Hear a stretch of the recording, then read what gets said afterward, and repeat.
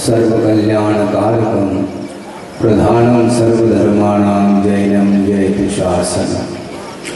अहिंसा परमो धर्म की, महावीर भगवान की, प्रातः स्मरणीय परम पूजाचार्य गुरुवर श्री विद्यासागर मुनि महाराज की जय।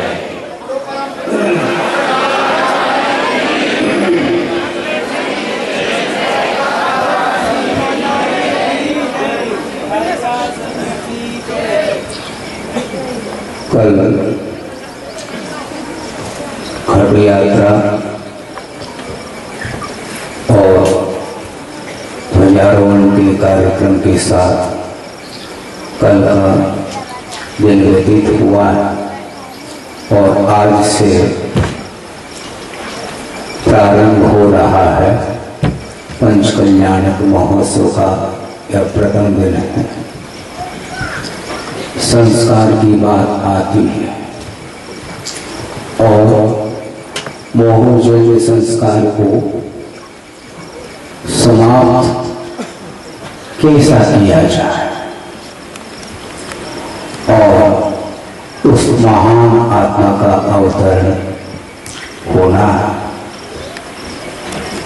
महान आत्मा वह बनेगी, किंतु महान बनने के पूर्व में जो साधना होती है वह अपने आप में बहुत महत्वपूर्ण। कार्य उतना महत्वपूर्ण नहीं होता जितना कि कारण महत्वपूर्ण होता है। मोक्ष उतना महत्वपूर्ण नहीं है जितना कि मार्ग, क्योंकि मार्ग पर आरोह हुए बिना मंजिल की प्राप्ति संभव नहीं और उस महान आत्मा का अवतरण होना है। वह महान आत्मा, अभी से क्यों आप महान कह रहे हैं महाराज, आप कह सकते हैं, इसलिए कह रहा हूं जहां से उसका अवतरण होना है वहां तक उस आत्मा की गति जो हुई है उसके पीछे भी एकमात्र साधना ही है। बिना साधना की ऊंचाई उन्नति संभव नहीं। सर्वार्थ सिद्धि से 3 आत्माएं अवतरित हुई हैं। वृषभनाम, भरत चक्रवर्ती और बाहुबली, इन तीनों का अवतरण सर्वार्थ सिद्धि से हुआ है। वहां तक पहुंचने के लिए ऐसी कौन सी साधना उन्होंने की होगी? वर्तमान में इतना हम लोगों का ही पुण्य चल रहा है कि भले ही हम साधना करें अथवा न करें, उस उत्कृष्ट साधकों का दर्शन होना भी कठिन है, पंचम काल है। लेकिन इसके बावजूद भी इतना भी हीन पुण्य नहीं है कि हम बिल्कुल भी कुछ नहीं कर पाए। इस पंचम काल में गुरुदेव भी साधनारत हैं। लगभग 50 साल होने को है निरंतर रत्नत्र की आराधना करते हुए व्यतीत किया है और आत्म साधना के साथ साथ मुमुक्षु भव जीवन के प्रति भी अनुकंपा करते हुए, करुणा करते हुए, आगम के अनुरूप देशना देते हुए, संस्कार देते हुए यहाँ तक ये आए। उसमें हम भी हैं और आप लोग भी हैं। साधना बहुत महत्वपूर्ण है।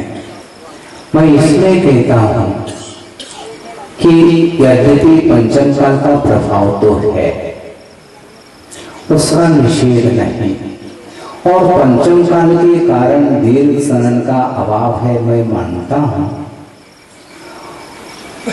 किंतु मोक्ष मार्ग पर आरूढ़ होने के लिए जो सहनन अपेक्षित है वह आज विद्यमान है। आप बहाना नहीं बना सकते हैं कि पंचम काल है, दीर्घ सहनन नहीं है और विपरीत वातावरण है। विपरीत वातावरण को निर्मित किसने किया है? अपने आप वातावरण विपरीत नहीं होता, विपरीत बनाया जाता है।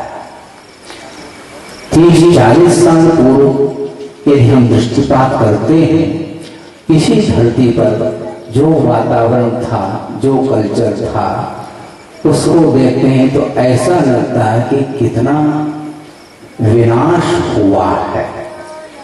विकास होना चाहिए था, विनाश हुआ है। तो आप कह सकते हैं महाराज पूरी पूरी सभा भरी है, मुकुट लगा करके बैठे हैं और आप कह रहे हैं कि विनाश हो रहा है। बात समझ में नहीं आती, हमें भी नहीं आ रही वैसे, लेकिन भावों की दृष्टि से देखते हैं तो उसका पतन तो हुआ है।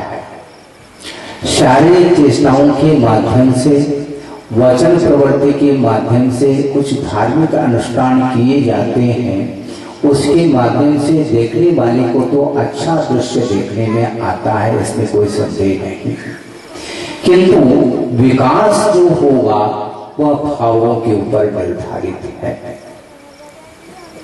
और भावों को उज्ज्वल बनाने के लिए ये सारा उपक्रम अनुष्ठान है।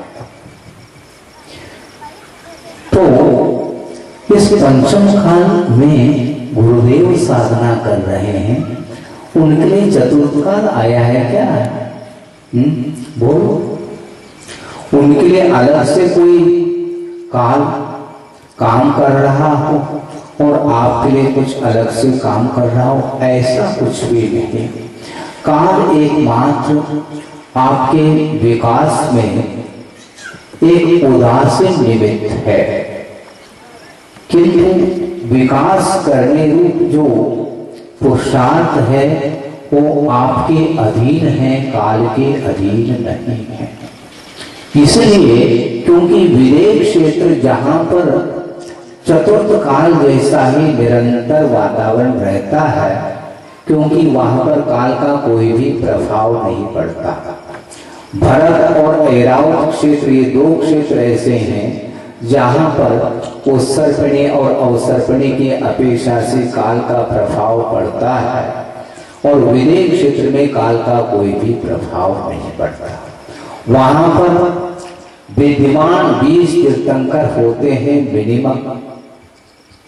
इसके बावजूद भी वहां पर निरंतर मोक्ष मार्ग चल रहा है, और मोक्ष को प्राप्त करने वाले साधक भी वहां पर साधनारत हैं।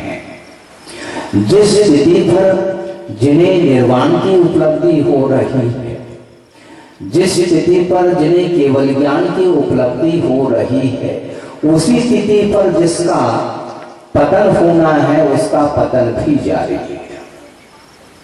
विवेक क्षेत्र जहां पर तीर्थंकर का विचरण होता है, वहां पर रहने वाले जनता सारे मुक्त ही हो रही है, सारे मोक्ष मार्ग पर ही आरूढ़ है, ऐसा तो कुछ है ही नहीं। तो मैं ये पूछना चाहता हूं, वस्तुतः चतुर्थ काल क्या वस्तु है और पंचम काल क्या वस्तु है? उसका निषेध नहीं, प्रभाव उसका रहता है, लेकिन एकांत रूप से मात्र काल का ही एक प्रभाव पड़ता हो ऐसा नहीं। इसी धरती पर अंतिम श्रुति की हुई भद्रभाव हुए हैं। कथन के अनुरूप गुरुदेव के मुख से हमने भी सुना है, 24,000 का संघ था और उत्तर में जब अकाल पड़ा तो दक्षिण की ओर उनकी यात्रा हुई। दक्षिण की ओर चले, किंतु पूरा का पूरा संघ दक्षिण की ओर नहीं गया और 12,000 का जो समूह था श्रमणों का, वह क्या हुआ है आप इतिहास के माध्यम से समझ सकते हैं। पूरा का पूरा आमूल चूल परिवर्तित हो गया। कहाँ श्रमण पद मिला उन्हें, पुण्य के उदय से वातावरण मिला, निमित्त मिला। इसके उपरांत भी भीतर का ऐसा तीव्र कर्म का जब उदय आता है, वह सारा सारा वातावरण उसके काम का नहीं रहता और 12,000 संग चुप हो गए पद से पंचम काल में। किंतु भद्रभाव के लिए पंचम काल है क्या? नहीं, उनके लिए पंचम काल काम कर रहा है। सुख केवली है। कई लोग कहते हैं कि महाराज आप हमेशा मौन बैठे रहते हैं, कुछ हम लोगों के लिए बताना चाहिए, आपका कर्तव्य है। क्योंकि मौन रहने से मात्र अपना ही अपना होता है। ऐसा लगता है दूसरों को कि आप केवल स्वार्थ की बात करते हैं। विश्व कल्याण की बात भी करनी चाहिए, अच्छी बात है भैया। हमें आप ही के माध्यम से उपदेश मिल रहा है, ऐसा लग रहा है। नहीं महाराज, उपदेश नहीं, एक भावना है हमारी, बिल्कुल ठीक है, उसका निषेध भी नहीं। किंतु देशना के माध्यम से जो कहा जा रहा है, वस्तु तत्व का जो स्वरूप बताया जा रहा है, उसका श्रवण करके जो अनुकरण करने के लिए जो कटिबद्ध नहीं होता है, तो उसके लिए प्रभु भी आपको उठा नहीं सकते। ये ध्यान रखिए। पुण्य के उदय में साक्षात प्रभु का दर्शन हो सकता है, संभव है, किंतु उसका सदुपयोग करना और दुरुपयोग करना ये भगवान के अधीन नहीं, किंतु आपके अधीन है। इसको बोलते हैं उपादान होड़, भीतर की एक उत्कंठा। तो इसी धरती पर गुरुदेव विराजमान है। निरंतर मैं देख रहा हूं 50 साल से साधना में रत्ती भर भी अंतर नहीं। उनकी साधना बैठ नहीं होती, आगे बढ़ते चले जाते हैं। उनकी साधना में वर्तमान चरित्र जिसको बोलते हैं, हम सिद्धांत ग्रंथों में पढ़ते हैं, लगता है अच्छी होगी तो नहीं होगी, लेकिन वर्तमान चरित्र से ये कम नहीं है।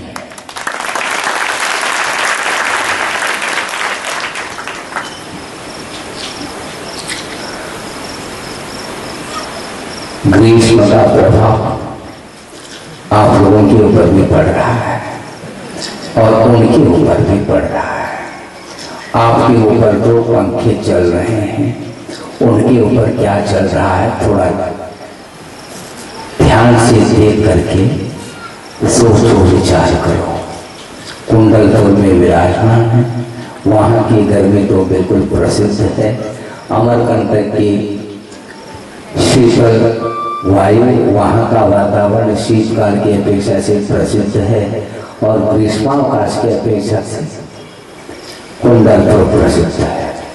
और कभी कभी क्योंकि दूरी तो क्षेत्र की अपेक्षा से हुई है, भावों की अपेक्षा से तो नहीं। फोटो आदि के माध्यम से जब शरीर का अवलोकन करने में आता है तो विकल्प तो थोड़ा होता है, स्वाभाविक है।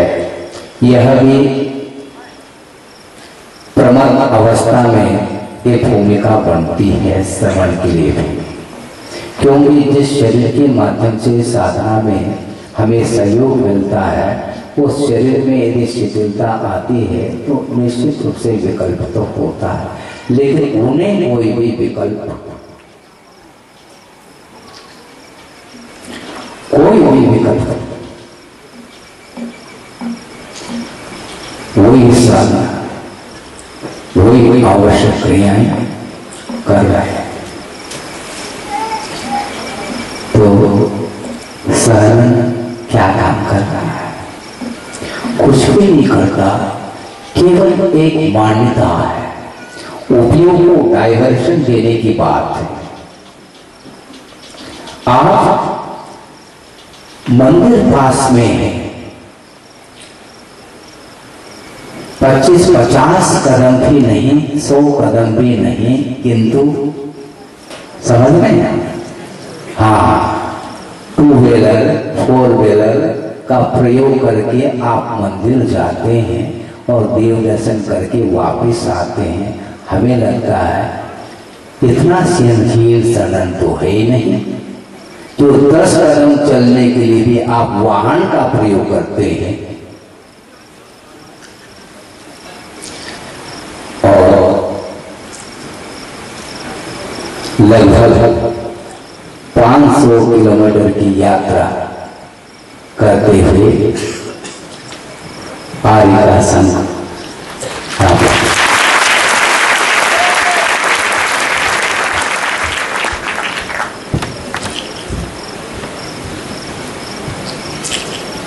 सोचने की बात, वही क्षेत्र, वही काल, वही द्रव्य, वही सब कुछ।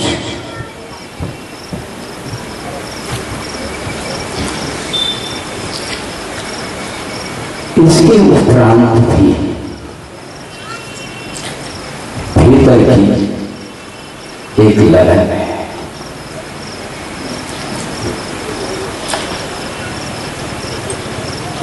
एक समर्पण भाव है गुरु के प्रति, और गुरु के प्रति यदि समर्पण भाव है तो निश्चित रूप से भगवान के प्रति भी निश्चित रूप से समर्पण भाव रहता है। क्योंकि गुरु जो बनते हैं वो भगवान का सहारा लेकर के ही बनते हैं। यद्यपि तीर्थंकर स्वयंभू होते हैं, वर्तमान जीवन उनका किसी गुरु के सानिध्य में व्यतीत नहीं होता, स्वयं ही दीक्षित होते हैं। किंतु ये ध्यान रखें, ये वर्तमान के अपेक्षा से ये स्वयंभू पद उन्हें मिला है, किंतु अतीत की ओर यदि दृष्टिपात करते हैं, ये सिद्धांत है कि प्रत्येक जीव को अपने आत्मिक विकास के लिए प्रभु का सहारा लेना अनिवार्य सिद्ध होता है। सम्यक दृष्टि ही तीर्थंकर प्रकृति का बंध कर सकता है। प्रत्येक सम्यक दृष्टि तीर्थंकर प्रकृति का बंध करे अनिवार्य नहीं, किंतु सम्यक दर्शन के बिना तीर्थंकर प्रकृति का बंध भी संभव नहीं। और तीर्थंकर प्रकृति का जो बंध होता है वह केवली और शुद्ध केवली के पाद मूल के बिना संभव नहीं है। तो जिन्होंने तीर्थंकर प्रकृति का बंध किया है वो भले ही वर्तमान में स्वयंभू हैं, किंतु अतीत में एक दूसरे स्वयंभू का आधार लिया है। तीर्थंकर के पाद मूल का आधार लिया होगा नहीं, लिया है निश्चित रूप से। तीर्थंकर प्रकृति का बंध कर लेता है। महाराज हाँ क्या है, आज वर्तमान में तो तीर्थंकर का सानिध्य है नहीं, न केवली का सानिध्य है, न शुद्ध केवली का सानिध्य है। तो ऐसी स्थिति में षोडशकर्ण भावनाएं खाने से क्या प्रयोजन है? सुन रहे हैं आप लोग? क्योंकि आपकी वृत्ति जो है ना, हाँ बढ़िया वृत्ति है, प्रॉफिट प्रेजेंट में चाहता है, वो भविष्य की इंतजार नहीं करना चाहता है। वर्तमान में जीना चाहता हूं मैं महाराज, आपने तो कल कहा था, इसलिए तो हम क्यों खाएं षोडशकर्ण भावनाएं? ऐसा नहीं बंधुओं, आत्मा का विकास करने के लिए एक भव संबंधी संस्कार पर्याप्त नहीं, भव भव के संस्कार काम में आते हैं, इसलिए अभी निर्माण जो होता है वह बनना है। तो ऐसी स्थिति में मुझे बार बार वह विकल्प आता है कि गुरुदेव के लिए द्रव्य क्षेत्र काल का कोई प्रभाव न हो और आपके लिए प्रभाव पड़े, ये काल का पक्षपात माना जाएगा, किंतु ऐसा है नहीं। 500 किलोमीटर की यात्रा भीषण गर्मी में करते हुए निरंतर सुबह शाम विहार करते हुए उसमें बीच में अंतराय आदि भी आते हैं, अनुकूलता नहीं रह पाती है। इसके उपरांत भी मोक्ष पथ के प्रति जो आस्था है वह आस्था मजबूत होने के कारण ही काल का कोई प्रभाव नहीं पड़ सकता।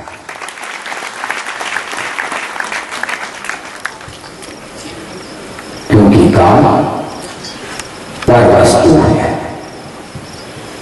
द्रव्य क्षेत्र काल और भाव ये पर सापेक्ष हैं, किंतु भाव जो होता है वह स्व सापेक्ष यानी आत्माधीन है, स्वाधीन परिणाम हुआ करते हैं। एक छोटा सा प्रसंग आपके सामने रखते हुए मैं इस विषय को संक्षेप कर रहा हूं। मध्याह्न में यदि समय मिल जाए तो अलग वस्तु द्रव्य संग्रह का स्वाध्याय चल रहा था विदिशा में, तो वहां पर प्रसंग आ गया भावों का।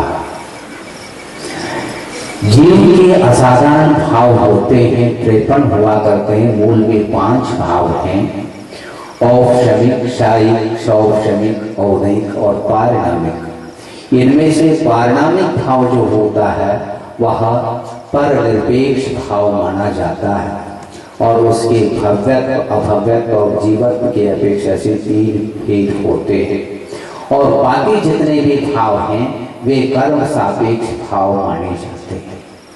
तो वहां पर कर्म निरपेक्ष जो पारिणामिक भाव उसका वर्णन चल रहा था और वहां पर प्रसंग आया भव्य और अभव्य का क्या अर्थ है। यद्यपि यह पारिणामिक भाव कर्म निरपेक्ष भाव है और यह पारिणामिक भाव का जो विषय है वह दिव्य ज्ञान का विषय है। वह अवधि ज्ञान और मनफल ज्ञान का भी विषय नहीं बन सकता, मात्र केवल ज्ञान का ही विषय बनता है। तो ऐसी स्थिति में भव्य और अभव्य की क्या पहचान हो सकती है? कोई भी पहचान नहीं। शिष्य ने प्रश्न किया कि महाराज, जब केवल ज्ञान का विषय है, ये बहुत सूक्ष्म बात हो गई और सूक्ष्म वस्तु का अवलोकन केवल ज्ञान के माध्यम से ही संभव है और मति ज्ञान और श्रुति ज्ञान के माध्यम से उसका हम सूक्ष्म तत्व का अवधारण नहीं कर पाएंगे। तो भव्य और अभव्य की कोई मोटी स्थूल रूप से कोई पहचान है क्या? नहीं। तो आचार्य ने स्थूल रूप से बताने का प्रयास किया है। उसके लक्षण वस्तुतः वह पारिणामिक भाव दिव्य ज्ञान का ही विषय बनता है। तो महाराज स्थूल से ही सही, मोटे रूप से ही सही, कम से कम किसको भव्य बोलते हैं, किसको अभव्य बोलते हैं। तो ये कहा गया कि द्रव्य, क्षेत्र, काल और भव ये 4 हैं, इनके उपस्थिति में ही भाव बनता है।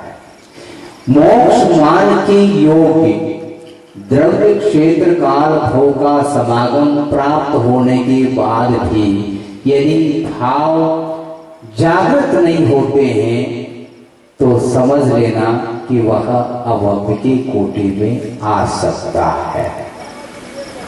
आता है इसलिए नहीं कह रहे क्योंकि यह दिव्य ज्ञान का विषय है। क्योंकि मोक्ष मार्ग की ओर बढ़ने के लिए जो भाव अपेक्षित है उसके लिए द्रव्य क्षेत्रादि का मिलना भी अनिवार्य हो जाता है। और अतीत में संसारी प्राणी ने अनंत बार इस प्रकार के मोक्ष मार्ग की योग्य सामग्री को प्राप्त कर ली है, इसमें कोई संदेह नहीं। इसके उपरांत भी भाव क्यों जागृत नहीं हुआ, यह अपने आप में प्रश्न चिन्ह लगता है। इससे स्पष्ट है स्थूल रूप से भव्य और अभव्य की व्याख्या इससे बढ़कर के और कोई भी नहीं हो सकती। द्रव्य क्षेत्रादि का समागम होने के उपरांत जिसके भाव उमड़ रहे हैं, निश्चित रूप से बिना संदेह किए उसको हम अभव्य के कोटि में डाल सकेंगे, इसमें कोई संदेह नहीं। इसके उपरांत भी यदि भाव नहीं होते हैं तो प्रयास आप लोगों को करना चाहिए। और उन्होंने एक बहुत छोटा सा दृष्टांत भी दिया था, वो भी याद आ गया। किसी ने आप लोगों को निमंत्रण दिया, मान लो काय के लिए है, भोजन के लिए निमंत्रण दिया है, और आपको जो पसंद है वह सामग्री उन्होंने तैयार करके रखी है। बड़े आदर के साथ आपको ले जा रहा है वो व्यक्ति और बिठाया है, और फुल फैसिलिटी है, कोई उसमें कमी नहीं। आप जो चाहो स्टैंडर्ड में स्टैंडर्ड, हाँ ठीक है। आपको पार्टी पर बिठा दिया है, पूरी थाली सजा करके ला करके रखी है, पानी की जल का ही ग्लास रखा है, और ऊपर से पंखा, सब व्यवस्था है। अब चालू करिए, वो चालू नहीं करता। क्यों, क्या बात है? कोई कमी तो नहीं है, कोई बात हम भूल तो नहीं गए? भूलने की कोई बात तो है इसमें, फिर क्यों नहीं प्रारंभ कर रहे हैं? इसमें दो ही विकल्प सामने आते हैं। गुरुदेव ने कहा केवल दो ही विकल्प। एक विकल्प ये आता है, या तो उसने भरपेट भोजन करके वह आया है, इसलिए वह भोजन नहीं कर पा रहा, अथवा उसको भूख नहीं लगी, बस ये दो ही मात्र कारण है उसमें। इसके अलावा तीसरा कोई भी कारण नहीं। इसी प्रकार द्रव्य क्षेत्र काल आदि की उपस्थिति होने पर भी जिसके भाव नहीं बनते हैं, तो निश्चित रूप से मानना पड़ेगा उसको भूख अभी भी लगी नहीं। लगने दो उसको भूख। बिना भूख के यदि आप खाएंगे तो निश्चित रूप से वह पचेगा नहीं, बल्कि बचेगा वो। इसलिए डाइजेशन के अनुरूप ही देना चाहिए। इसलिए आचार्य महाराज ने कहा सब भक्त है, ठीक है, व्यवहार की अपेक्षा से हम मान लेंगे, किंतु पुरुषार्थ आपको ही करना पड़ेगा। काल आपके सामने आकर के आपको उठाने वाला नहीं है, चाहे वह पंचम काल हो चाहे चतुर्थ काल हो, काल तो काल रहेगा। किंतु यथा योग्य पंचम काल में जो साधना हम कर सकते हैं, आगम में जो लिखा है उसके अनुरूप, उसमें कोई भी बाधा संभव नहीं। 6 शरणों में से किसी भी शरण के माध्यम से वह महाव्रत को अंगीकार कर सकता है, उसमें बाधा नहीं है। तो ऐसी स्थिति में केवल एक बहाना भर हो जाता है। हम केवल जो है पंचम काल को सामने रख करके, हीन शरण को सामने रख करके हम अपने आप को बरी करना चाहते हैं, किंतु इस प्रकार आप अपने आप को बचा नहीं पाएंगे। इसलिए एक आत्मान शासन की कारिका आपके सामने रख रहा हूं। 10 बजने को है, मुझे ध्यान है, क्योंकि आपने क्षमा मांग करके माइक सामने रखा है, क्योंकि हम पश्चाताप करते हैं महाराज, आधा घंटा लेट हो गए हैं। ये पश्चाताप जो शब्द है ना, ये स्वयं ही बता रहा है, ताप जो होता है वह बाद में होता है, पश्चाताप बाद में, पहले नहीं होता। अब कल से ध्यान रखेंगे कि समय पर यदि आप लोगों को थोड़ी सी और देशना की यदि रुचि है, बस तत्व को समझना है, थोड़ा सा विलंब न करें, अविलंब इस कार्य को संपन्न कर सकेंगे। तो मैं ये कारिका दे रहा हूँ। गुणभद्र स्वामी ने आत्मानुशासन में वह बात लिखी है। वह गालिका संस्कृत में है, मुझे स्मृति में नहीं, किंतु उसका अनुवाद जो गुरुदेव ने किया है वह आपके सामने रख रहा हूं। वो ये है कि आप बहाना नहीं बना सकते। घोर घोर कर विविध तपों को मत कर यदि नहीं कर सकता, घोर घोर कर विविध तपों को मत कर यदि नहीं कर सकता, क्योंकि दीर्घ सहन नहीं है, क्लेश सहन नहीं कर सकता। यहां तक तो ठीक है, किंतु मन निग्रह कर कषाय ऋतु पर विजय प्राप्त यदि नहीं करता, भी कहें तो यही अज्ञता, मैं समझू एकायता। क्या अर्थ हुआ? सहन का अभाव है। हम विशेष घोर घोर तप नहीं कर सकते। भयानक उपसर्ग और परिसर, विशेष रूप से परिसर आदि को सहन करने की क्षमता इस शरीर में नहीं है, बल नहीं है। ठीक है, कोई भी आवश्यकता नहीं। प्रतिदिन भी आप उठ सकते हो। 28 मूल गुणों का पालन करना है, उसमें कुछ कंपलसरी जो आवश्यक उपवास आदि होते हैं उतना करके कोई भी विशेष रूप से उत्तर गुणों की पालन करने की कोई भी आवश्यकता नहीं। 28 मूल गुण ये कंपलसरी है। तो भयानक उपसर्ग थोड़ी कर रहे हैं, सहन कर रहे हैं। हम चार दीवार के बीच में रह करके छाया में, शीतल छाया में रह करके भी यदि मान लो आपका मन निग्रह करने में नहीं आ रहा, मन आपके नियंत्रण में नहीं है, कषाय रूपी शत्रु के पर विजय प्राप्त करने की आपकी क्षमता नहीं हो पा रही है, तो आपको चतुर्थ काल भी नहीं जगाने वाला, ये ध्यान रखो।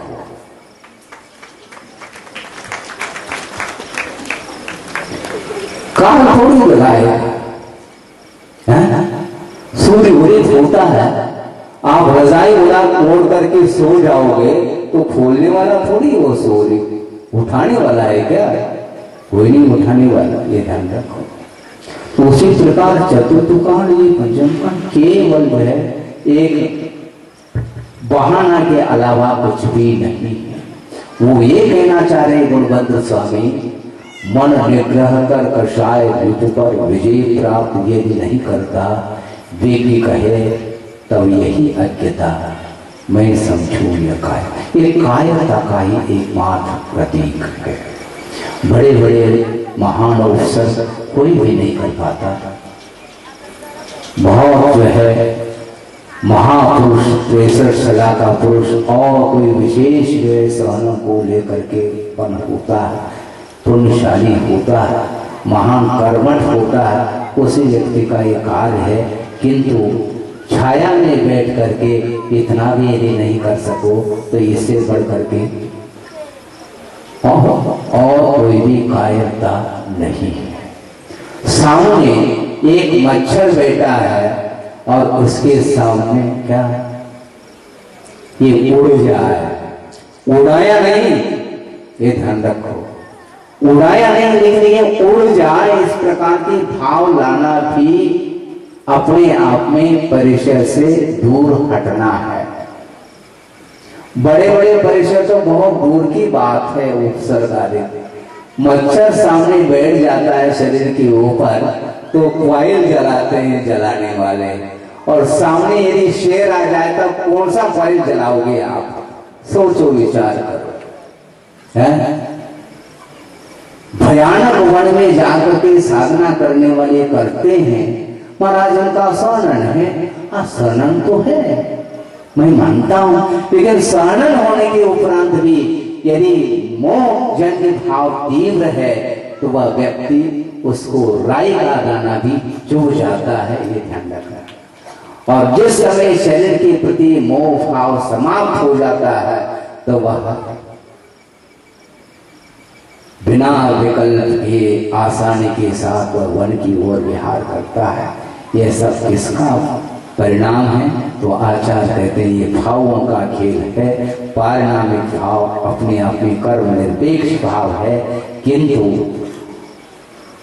दृढ़ क्षेत्रादि का समागम प्राप्त करने के उपरांत यदि आप सदुपयोग करते हैं और शक्ति के अनुरूप, सामर्थ्य के अनुरूप इस आत्मा के ऊपर संस्कार देने का यदि प्रयास करते हैं, तो निश्चित रूप से आपकी आत्मा की उन्नति हुए बिना रह नहीं सकती। यह आगम वाक्य है और किसी का ये कहना नहीं है, किसी के कहने में नहीं आना, किंतु भगवान की जो वाणी है उसको यदि किनारा करोगे तो भव भी निकल जाए तो उस वाणी से वंचित रह जाओगे। इसलिए मैं ज़्यादा नहीं कहता कि वर्तमान में जो साधना करने के लिए जो वातावरण है वह वातावरण बिल्कुल उपयुक्त वातावरण है, और यदि सदुपयोग नहीं करेंगे तो इससे भी भयानक वातावरण निर्मित होने वाला है। इसलिए समय रहते आप लोगों को जागृत होना है। आत्मा के ऊपर संस्कार डालने के लिए यह आज का प्रथम दिवस आया है कर्म कल्याण का, और कल उत्तरार्ध रहेगा। पूर्वार्ध और उत्तरार्ध क्रियाओं के माध्यम से यह कल्याण संपन्न होगा। उसके उपरांत आगे के कल्याण को एक एक दिन के लिए आए हैं, एक एक दिन ही दिया गया है। एक दिन में संस्कार वैसे नहीं आते, किंतु स्थापना निक्षेप की अपेक्षा से इसको इस प्रकार विधि के माध्यम से संपन्न किया जा रहा है। किंतु आप लोगों को अभी से कमर कस करके मोक्ष मार्ग की ओर दृष्टिपात करते हुए अपने शक्ति के अनुरूप अपने आत्म तत्व को उज्ज्वल बनाने का पुरुषार्थ करते हैं, तो मनुष्य जीवन की सार्थकता सिद्ध हो सकती है। अहिंसा परमो धर्म की बोधि समाधि परिणाम शुद्धि स्वात्म लब्धि शिवसो की सिद्धि चिंतामणि चिंतित वस्तुदानी त्वामंदमानस्य नमस्तुते। परम पूज्य आचार्य गुरु श्री विद्यासागर महाराज।